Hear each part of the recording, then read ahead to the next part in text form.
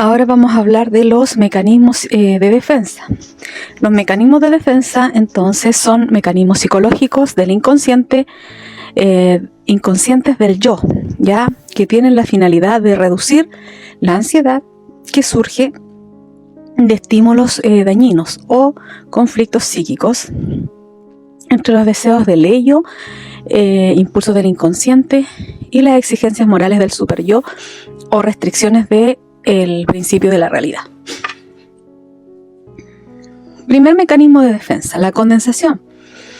En este caso aquí, la condensación reúne en una sola imagen un objeto durante el sueño, con varios significados en un solo símbolo. En el consciente, los mecanismos de defensa de disociación consisten en que el inconsciente hace olvidar energéticamente un hecho o pensamiento doloroso, sacándolo del consciente o de nuestros pensamientos. Por ejemplo, las víctimas de trauma se disocian. El desplazamiento, el mecanismo de desplazamiento, traslada una emoción o sentimiento intenso hacia alguien o algo, hacia otro menos amenazante, importante. Por ejemplo, desgastarse con alguien inocente, o sea, descargarse con alguien inocente después de discutir con su jefe. Desplazar, ¿cierto? El foco real, digamos, cumpliendo, digamos, esta satisfacción pulsional en otra persona, en otra figura. ¿En qué consiste la formación reactiva? Actúa o piensa de manera opuesta al deseo reprimido o doloroso, sustituyendo a la inversa u opuesto. Por ejemplo, mostrar exceso de cariño a alguien que en verdad yo odio. ¿En qué consiste el mecanismo de proyección? Atribuye a otros los propios sentimientos o pensamientos reprimidos. Ejemplo, no soy yo el que tiene rabia, sino es él el que me odia. El individuo que nada tiene que ver, ¿cierto? Nos descargamos con esa persona que desviando o proyectando, o sea, haciendo lo opuesto en realidad. Mi propio sentimiento en el otro, esa es proyección. Ya. ¿En qué consiste el mecanismo de negación? El mecanismo de negación, su nombre lo dice, es cuando ante una realidad dolorosa e inaceptable, ignorando como si no se entendieran. Ejemplo, una persona con diagnóstico de cáncer dirá que el examen está malo. ¿En qué consiste el mecanismo de defensa llamado racionalización o intelectualización?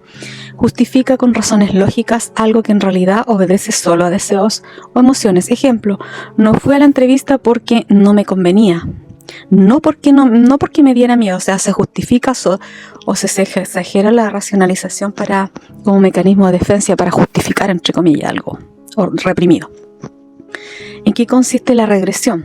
Es retroceder en la conducta infantil para evitar que la angustia, un adulto frente al estrés, hace el berrinche o busca refugio en sus padres.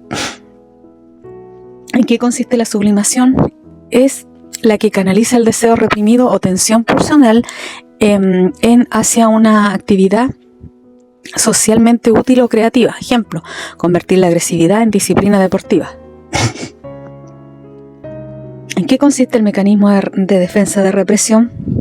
Son los que expulsan los deseos inaceptables del inconsciente, sacándolos del entorno a que lleguen al consciente. Esta representación reprimida es la que motiva a la aparición de síntomas, como por ejemplo olvidar un trauma y deseo prohibido, pero después hay un síntoma de angustia o una obsesión, qué sé yo. ¿En qué consiste el mecanismo de defensa Astineau? Descargar la tensión o pulsión psíquica a través de una acción física.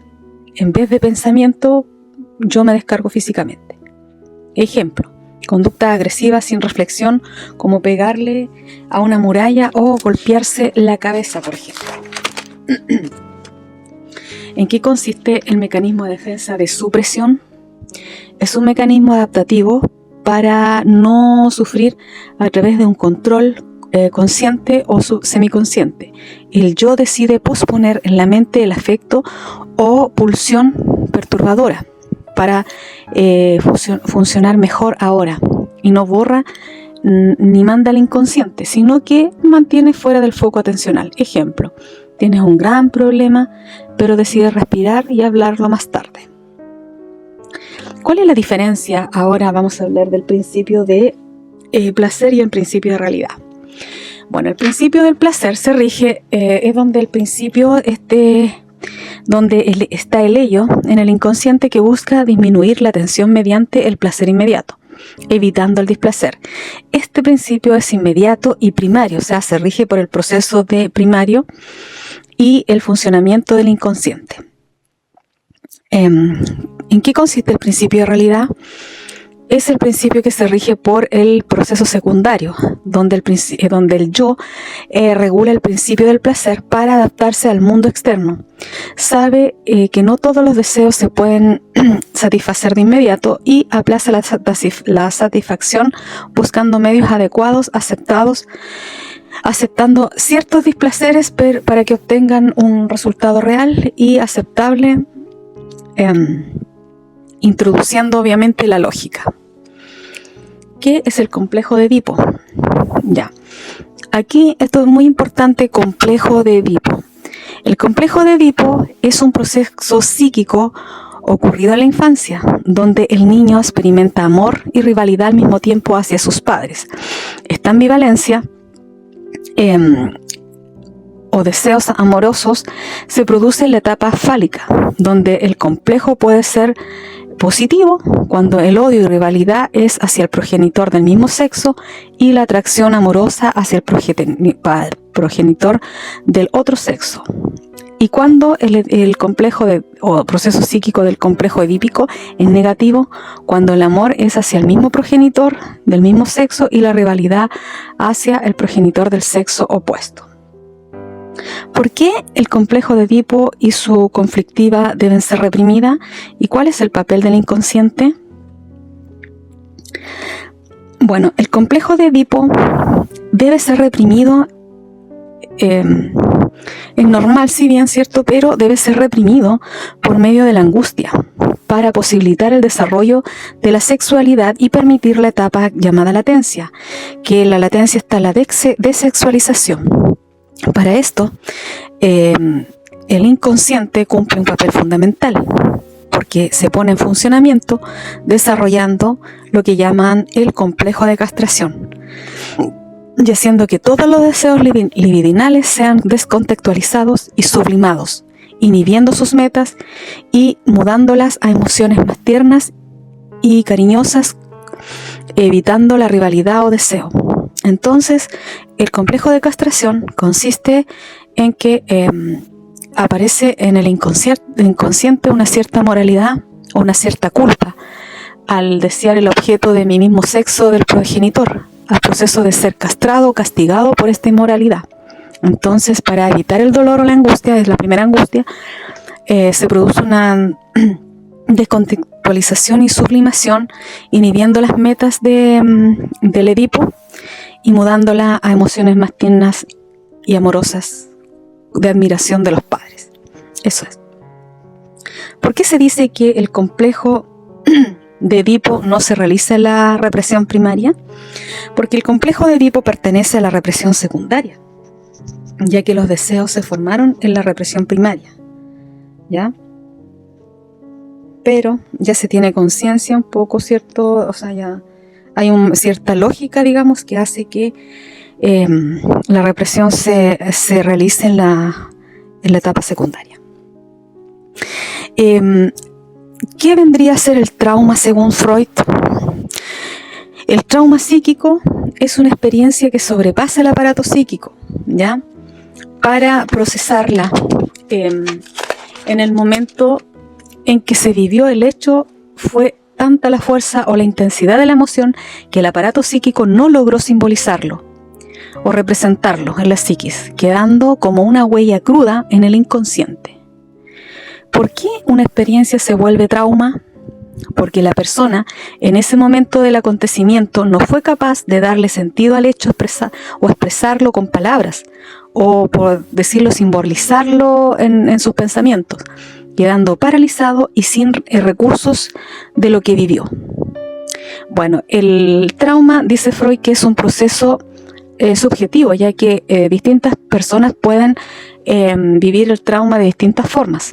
Por ejemplo, una persona podría en cambio haber vivido el mismo hecho y sí darle un sentido, pensarlo y hablarlo, es decir, simbolizarlo mentalmente. Por eso el trauma es subjetivo, ya que el mismo hecho externo puede vivirlo de distintas formas dos sujetos diferentes. Uno puede simbolizarlo y darle un sentido, y la otra puede que no le dé ningún sentido ni simbolizarlo en el aparato psíquico. Y ese hecho se va al inconsciente. ¿Qué pasa en el aparato psíquico cuando se produce el trauma? Bueno, el trauma en primer lugar se va al inconsciente en forma de huella anémica, ya, es decir, hay una energía sobrecargada, una excitación de energía viva, por decirlo así, en el psiquismo, que no logra descargarse ni elaborarse. Entonces, esta energía retenida puede reaparecer posteriormente después como en formas de sueños, síntomas, lapsus, para intentar la fallida o nula simbolización. Entonces, ¿cuándo finalmente es trauma? ¿Qué pasa finalmente cuando el trauma logra ser simbolizado? Cuando el trauma logra ser simbolizado es cuando la persona logra hablarlo, recordarlo, representarlo con palabras. Ahora vamos a hablar de la libido, según Freud. ¿Qué es la libido?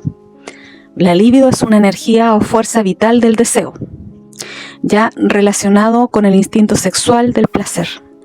No se limita solo a lo sexual, sino que incluye afecto, curiosidad, reconocimiento, etc.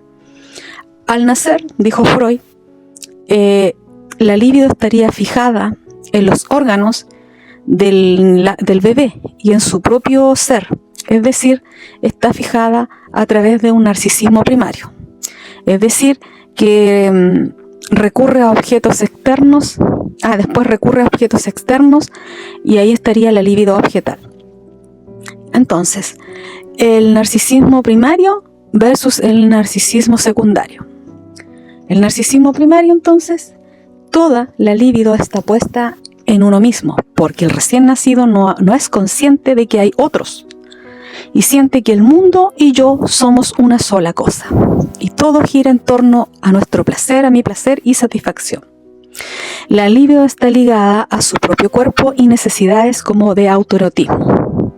En cambio, el narcisismo secundario, aquí la libido se retira de los otros y vuelve al yo, como recogimiento de energía sobre sí para protegerse o recuperarse, sobre todo en estados de enfermedad, decepción amorosa, soledad o melancolía.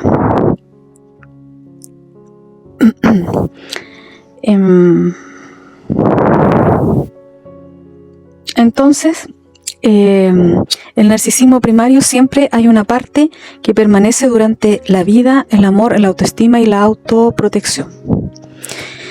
El narcisismo primario entonces se da en placer, satisfacción hacia sí mismo, ¿cierto? En el yo. Pero también está el narcisismo, digamos, cuando la libido se pasa al objetal, lo libido objetal. Es cuando la libido sale del yo, como se dirige hacia los objetos, personas, ideas o cosas. Entonces el niño empieza a amar fuera de sí mismo y ya no se centra en el yo. Y la energía se descarga en los objetos externos. Pero aquí también hay un reflejo de narcisismo, porque muchas veces cuando hay una fijación o algún problema, ¿cierto?, de angustia, suele ocurrir que cuando los otros dependo mucho de la satisfacción o de la aprobación del objeto libidinal para mi narcisismo o amor propio. Entonces igual cuando hay una decepción amorosa también sufre la persona, porque es un reflejo espejo del narcisismo que depende mucho de cómo está ese amor propio, y en realidad se refleja inconscientemente en el amor hacia otro exagerado. Respecto al desarrollo de las etapas psicosexuales, ¿cuándo ocurre un proceso de fijación o huella que se llama? Bueno, en ocasiones la libido no puede trasladarse completamente de una zona erógena a otra de acuerdo al desarrollo psicosexual en las etapas de desarrollo, ya que ésta queda o quedaría adherida a una etapa ya sea por culpa o una sobreestimulación excesiva de esa etapa, prolongada o por frustración prematura o brusca.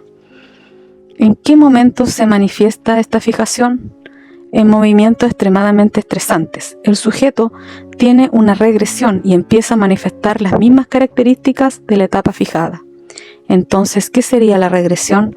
Es un movimiento de la libido en dirección opuesta a la regresión o fijación, a la evolución normal, de acuerdo a la teoría de psicoanalítica, y sus etapas normales, entre comillas, sería que son fenómenos mentales que impulsan a la regresión o a lo primitivo de las etapas anteriores. Describe las dos subetapas que derivan de la primera etapa psicosexual, que sería la etapa oral. Bueno, la etapa oral obviamente se da entre cuando la persona está recién nacida, y se le denomina la etapa oral, porque el objeto, el placer del erotismo está en la boca, en la parte oral, en la satisfacción de tanto de succión como también en la etapa oral sádico canibalista. La primera etapa, la etapa de succión, ocurre entre los 0 a 6 meses, la cual la fuente de placer es recibir por medio de chupar y nutrirse en base a la dependencia absoluta del resto, ya de los otros. La etapa oral sádico canibalista es la etapa que consiste entre los 6 a los 18 meses. Aquí la fuente del placer está en morder, en masticar o devorar, ¿ya? A través de la introyección. El placer se mezcla con los impulsos agresivos. El niño no solo quiere succionar, sino que ahora quiere morder y comienza a poseer completamente el objeto, o sea, ver completamente como la madre como un objeto, y comienza a poseer completamente ese objeto, amándola, devorándola a la vez. Es como una ambivalencia entre el amor y el odio. Lo que comienza aquí comenzaría el inicio del conflicto entre la pulsión de vida, Eros, y la pulsión de muerte, Tánatos.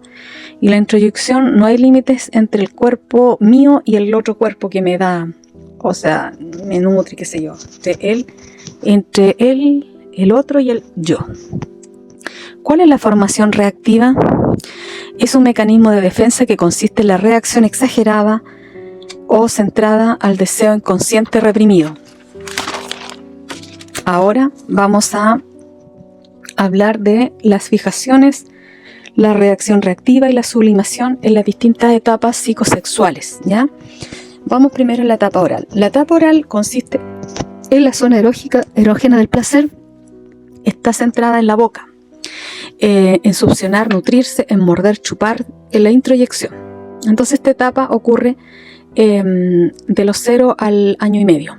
Está subdividida en dos subetapas: en succión, que es cierto morder y nutrirse, y la sádico canibalista, que es morder y chupar, y la introyección, digamos, que quiere infundirse entre el otro y el yo en una misma persona. Las fijaciones que podrían haber acá es de dependencia, necesidad de afecto, adicciones, fumar, beber, verborrea, mutismo según la privación o exceso. Y la reacción reactiva podría ser como el trastorno opuesto: trastornos de alimenticio, rechazo a aceptar ayuda, tartamudez, que tiene que ver con la boca. Sublimación, o sea, lo positivo sería hambre de conocimiento, oratoria, canto, poesía, humor, enseñanza, afectuosidad. Luego viene la etapa anal, que consiste en la zona erógena del placer en el ano. El placer se siente a través de la retención y la expulsión de las heces, en el control que se tiene sobre esto. Entonces, la fijación que podría haber aquí es tener un carácter rígido, ser tacaño, retener, ser obsesivo, ¿cierto? Esto es importante, retiene, desordenado, rebelde, agresivo. También una formación reactiva podría ser acá la limpieza excesiva, la pulcritud, la avaricia o la rigidez moral. La sublimación podría estar en un orden, en una disciplina, en las artes, manualidades, trabajo científico, producción de material. Ya. Después viene la etapa fálica, está entre los 3 y 6 años. La zona erógena estaría en los genitales, la exploración corporal y también la diferenciación sexual ocurre en esta época. La fijación podría ser principalmente las enfermedades de histeria, impotencia, frigidez, homosexualidad, la inseguridad con el mismo sexo u otro sexo, problemas para competir, etc. La reacción reactiva podría ser moralismo exagerado, represión sexual, hipermasculinidad, feminista como defensa, etc. Sublimación sería identificación con el rol de género, respeto a las normas, amor sano entre pareja. Latencia. La latencia sería cuando aquí hay un adormecimiento del deseo sexual y la zona erógena se duerme, ¿cierto? Y la libido estaría canalizada en habilidades, por ejemplo, deportivas, intelectuales, gustos, etc. Baile. La fijación estaría como las relaciones, todas las que tengan que ver con relaciones interpersonales, ¿cierto? O desarrollo de habilidades, como por ejemplo timidez, represión, inhibición, frialdad emocional, culpa, obedecimiento excesivo, obediencia excesiva. Ya, represión, la reacción reactiva sería represión del cuerpo y placer. Pudor exagerado también estaría acá. Pudor exagerado del cuerpo. Sublimación, aprendizaje, amistad, deporte intelectual, social. Y por último tenemos la etapa genital que empieza de los 12 años en adelante. Aquí la zona erógena vuelve otra vez a los genitales, al tema de la sexualidad, pero con un amor maduro y recíproco hacia el sexo opuesto. Las fijaciones pueden ser de una inmadurez afectiva, de tener una y otra mujer, ¿cierto?, sin tener relaciones estables, dificultad para vincularse, confusión sexual, etc. Reacciones reactivas sería reprimir deseo, idealización exagerada del amor o sexo, racionalización también, etc. Sublimación podría ser un amor maduro, estable, trabajo, vocación.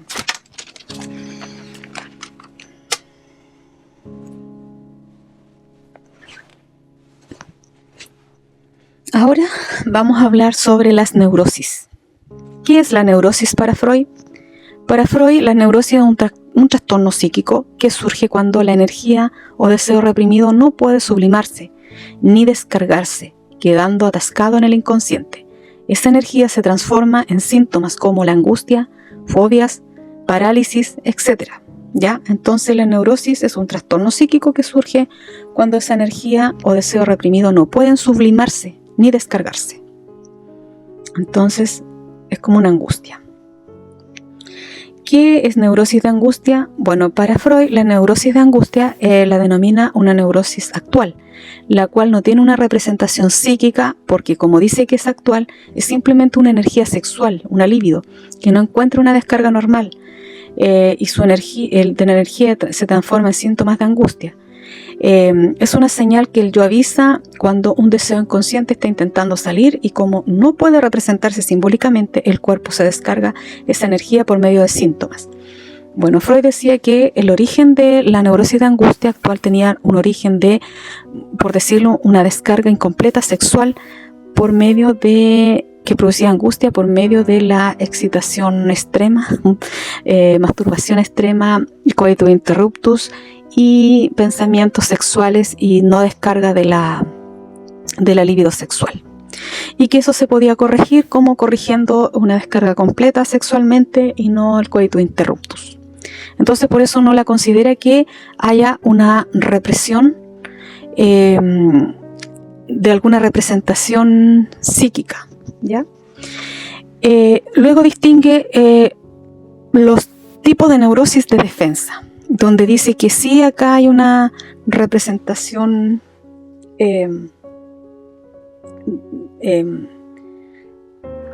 hay representación reprimida en la psiquis. En realidad estos síntomas, estos diagnósticos de neurosis defensiva son más que nada un mecanismo de defensa de la angustia o de la represión. Primero que nada tenemos la histeria, cuyo mecanismo de defensa es la conversión, porque la histeria es un tipo de neurosis defensiva donde su vivencia primaria es primero displacentera y pasiva en la etapa infantil, donde la vivencia provocó un asco, un miedo o trauma. Esto de carácter pasivo, obviamente, es decir, la persona no fue protagonista tal vez, o la persona tampoco tenía como conciencia de lo que ocurrió, debido a que no descarga, debido a esto, el mecanismo no descarga y usa un mecanismo de exteriorización en el futuro, ¿cierto? De la descarga por medio de la conversión con un síntoma físico como por ejemplo ataque de pánico, desmayo, vómitos, asco, parálisis, ceguera, afonía. Hay represión reprimida aquí en la psiquis, ¿ya? Y se representa a través de, o hay una formación sustitutiva a través de la conversión por medio de la angustia corporal o parálisis. Luego tenemos la neurosis obsesiva. La neurosis obsesiva es un tipo de neurosis de defensa cuyo mecanismo de defensa puede ser la formación reactiva o el aislamiento del pensamiento por supresión, ¿ya? En este caso, la neurosis obsesiva, su vivencia primaria fue placentera, pero posteriormente siente como una culpa. Y el mecanismo es la represión y reproche. Utiliza la formación reactiva para el aislamiento del pensamiento. Sus síntomas principales son la culpa, rituales, pensamientos repetitivos, etc. Y por último tenemos la paranoia. La paranoia, cuyo mecanismo de defensa es la proyección.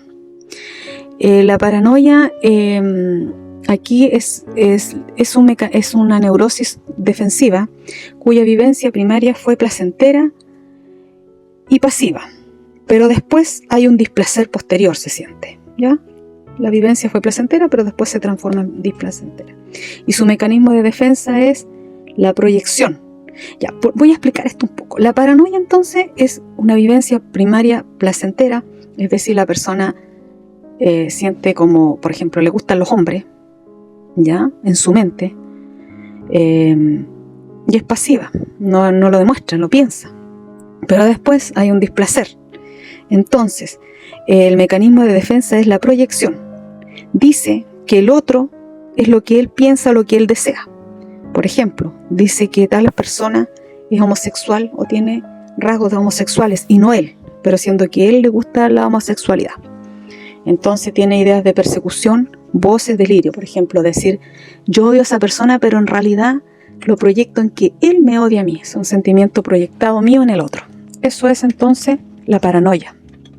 Entonces tenemos tres tipos de neurosis defensiva. La histeria, ¿ya? Donde la vivencia primaria fue displacentera y pasiva. El mecanismo de defensa es la conversión a través de un síntoma físico. Y luego tenemos la neurosis obsesiva, cuya vivencia placentera primaria fue placentera, pero posteriormente con culpa. Y su mecanismo de defensa es la represión, el reproche, formación reactiva a través de ritos, rituales, compulsiones, etc.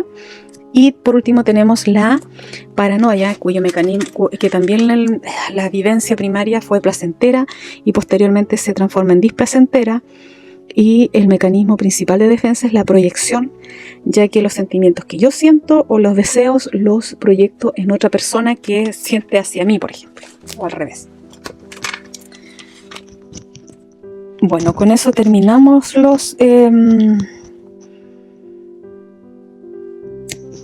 terminamos de estudiar, digamos, la materia, ¿ya?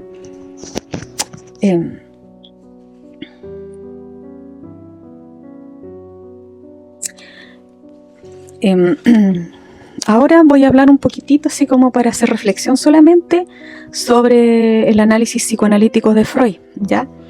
y relacionado un poco con la histeria, porque son la mayoría de los casos que hay que analizar. El interés de Freud por los síntomas histéricos, como el análisis funcional del brazo que presenta María, puede comprenderse a la luz de su propia historia personal y de su historia intelectual. Él desde joven se sintió atraído por el estudio del cuerpo y la mente como neurólogo, particularmente durante su formación como médico de neurología. Sin embargo, al observar casos clínicos de mujeres con síntomas físicos muy fuertes, sin causa orgánica o biológica aparente, con los pacientes de Charcot en la Salpêtrière en Francia, él comenzó a cuestionar la explicación puramente biológica de esta enfermedad.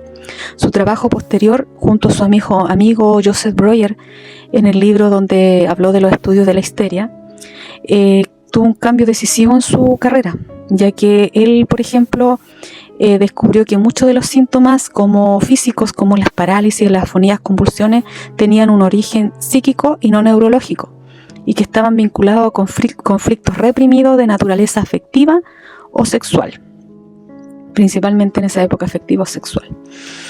Entonces, su paso por la medicina al estudio del inconsciente y su contacto con Charcot y Breuer, y su interés por comprender lo que visiblemente está detrás del síntoma, explica la atención hacia el caso de María, ya porque en ambos se evidencia cómo el cuerpo se convierte en escenario donde lo reprimido busca una expresión simbólica. Entonces Freud él empieza a usar un método clínico, porque a partir de la experiencia con Breuer y las limitaciones del método hipnótico, Freud comprendió que los síntomas histéricos no podían eliminarse simplemente mediante el proceso de sugestión, sino que requerían permitir al paciente expresar libremente los contenidos del inconsciente a través de las asociaciones libres, y que habían sido reprimidos. Por ello elaboró el dispositivo clínico centrado en la palabra, en la escucha y la interpretación. En eso consistía entonces su método de asociación libre, psicoanalítico al principio, dispositivo clínico centrado en la palabra, en escuchar al paciente y la interpretación. ¿Qué más podemos hablar? A ver, sobre las causas de la neurosis que se podían aplicar en síntomas de parálisis. Freud, en sus manuscritos sobre la etiología de las neurosis, él se fundamenta en la existencia de representaciones inconciliables, representaciones mentales inconciliables con la conciencia, que son reprimidas y retornas en transformaciones físicas. En el caso de María, por ejemplo, la parálisis del brazo derecho. En ese caso, estas neurosis se denominarían como neurosis de defensa. Específicamente la misma enfermedad de la histeria, porque la histeria es como una conversión, donde el conflicto psíquico reprimido se traduce en un trastorno corporal. Entonces, Freud planteó que la histeria surge cuando una representación que es incompatible con el yo, generalmente ligada a un deseo afectivo sexual reprimido, es apartada de la conciencia. Al no poder expresarse psíquicamente, esta energía se descarga en el cuerpo, produciendo obviamente un síntoma. En María, por ejemplo, la rigidez moral que tenía sobre su madre, su madre sobre ella, y la pérdida temprana del padre, y su dificultad de afecto o deseo conforman el núcleo del conflicto. El parálisis, por lo tanto, podría simbolizar la imposibilidad de actuar o de mover el brazo. También el rasgo edípico en suma, María se basa en el mecanismo de represión y conversión histérica. ¿Qué lugar el trauma infantil estaría relacionado acá? Freud propone que el trauma infantil ocupa un lugar central en la génesis de las neurosis de defensa, porque no como un hecho único, sino como una evidencia psíquica que adquirió valor traumático de manera posterior.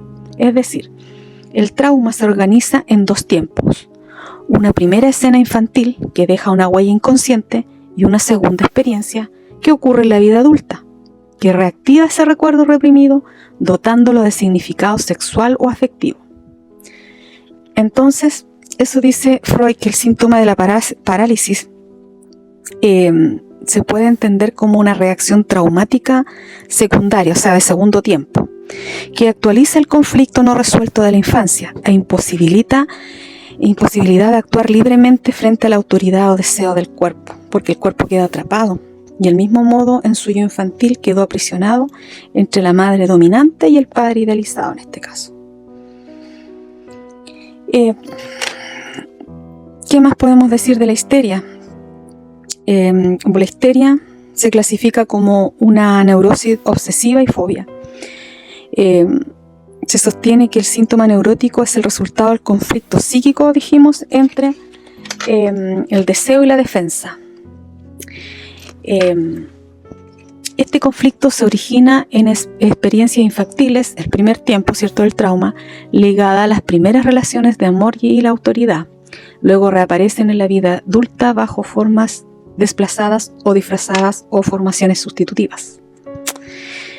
En síntesis, la teoría de las grandes neurosis se articula con la ambivalencia afectiva de María, conflicto entre amor y odio reprimido hacia la madre, y se convierte en un eje patógeno de su histeria. La parálisis entonces fue del brazo derecho, se entiende como una formación de compromiso, formación sustitutiva de compromiso, un intento de resolver a nivel corporal la tensión en parte del deseo de independencia o represión reprimida en el inconsciente. Ya. Respecto a los mecanismos defensivos que se observan en el caso de María, o de la histeria en general, podríamos explicar, ¿cierto? Operan de forma inconsciente para proteger al yo, digamos, del displacer originario de los deseos o afectos reprimidos. Por ejemplo, la represión ya es un mecanismo central de la histeria, porque generalmente la gente reprime sus afectos afectivos sexuales, y los cuales retornan después con parálisis, sueños, donde se ve atrapada.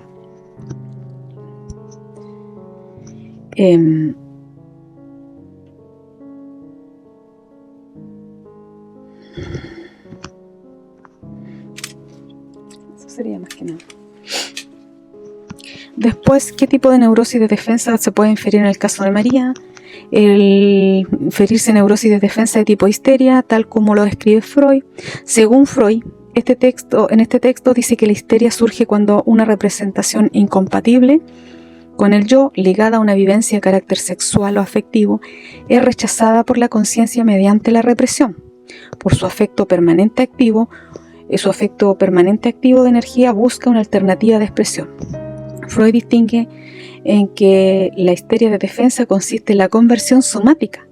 La energía psíquica asociada al recuerdo reprimido se desplaza al cuerpo, produciendo síntomas físicos sin base orgánica.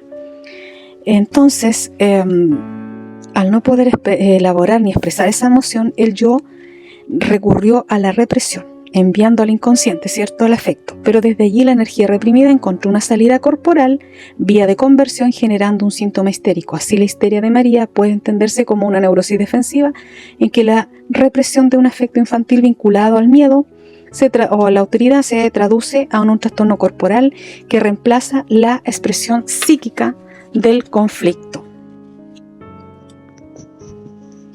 Eso por ahora, ¿ya?